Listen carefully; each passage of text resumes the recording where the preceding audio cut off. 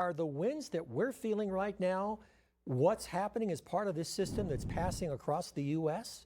Well, Mark, yes, it's the same exact system, and what we call it's a low pressure system, a mid-latitude cyclone. So it went all the way through the Pacific Northwest and is currently moving its way across the country. And we're feeling some of the impacts as well, as a cold front stemming down from that low pressure system is going to be pushing over our area over the next couple hours. It's approaching as we speak. Where those wind gusts are still strong across the region, we're still at 63 miles per hour in El Paso. That is very strong. 44 up in Las Cruces, 36 in Alamogordo, and 32 in Deming. And these winds are going to get a little bit stronger, maybe not quite at 63. I think that's just one of those rare wind gusts that we saw. But you can see over the next couple hours, as we expect that cold front to move across the area, those wind speeds will be increasing as well. It does look like overnight tonight, though, they'll still be a little bit noisy out and about, but they should weaken.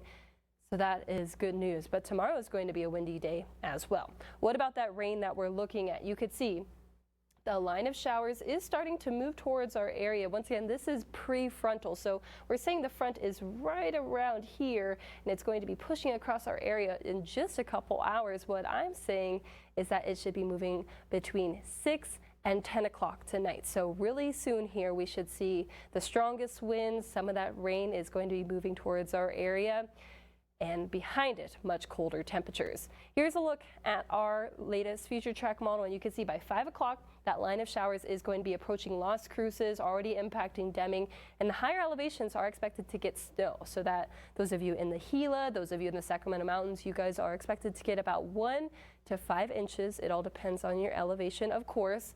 Now by 6 o'clock, rather, you could see that line of showers is approaching. Even those of us in El Paso could be seeing some rain. Columbus, Deming, Las Cruces also seeing some rain, and that will continue throughout the next couple hours through 7 o'clock. That line more focused down in the southern half, El Paso, Chaparral as well. Snow for the upper elevations, and this model is keeping that rain all the way in through 8, through 9, through the 10 o'clock hours. So it's going to be a bit of a rough evening tonight. Evening commute will be rough. It'll be slippery as well. And once again, some of the upper elevations are expected to get some accumulation. Those of us in El Paso, Las Cruces maybe might see some snowflakes. Maybe the Oregon, Franklin Mountains might see some snow as well, but not expecting a lot of accumulation. As that cold front moves across between 6 and 10, those winds are expected to get up to 50 miles per hour. Those of you in the east and northeast sides of town will have stronger winds. But the good news is by tomorrow, the winds should be a little bit weaker. Same thing for Wednesday, and then by Thursday and Friday, those winds much weaker. However, those cold temperatures are supposed to stay all week long. A quick look at your future track for snowfall. You could see up in Ruidoso about 3 inches predicted. Elsewhere, mostly traced to low amounts, so not expecting a lot of snow from this system, but we're still under that first alert through tomorrow morning, because between today and tomorrow, we're expecting about a 15-degree temperature drop.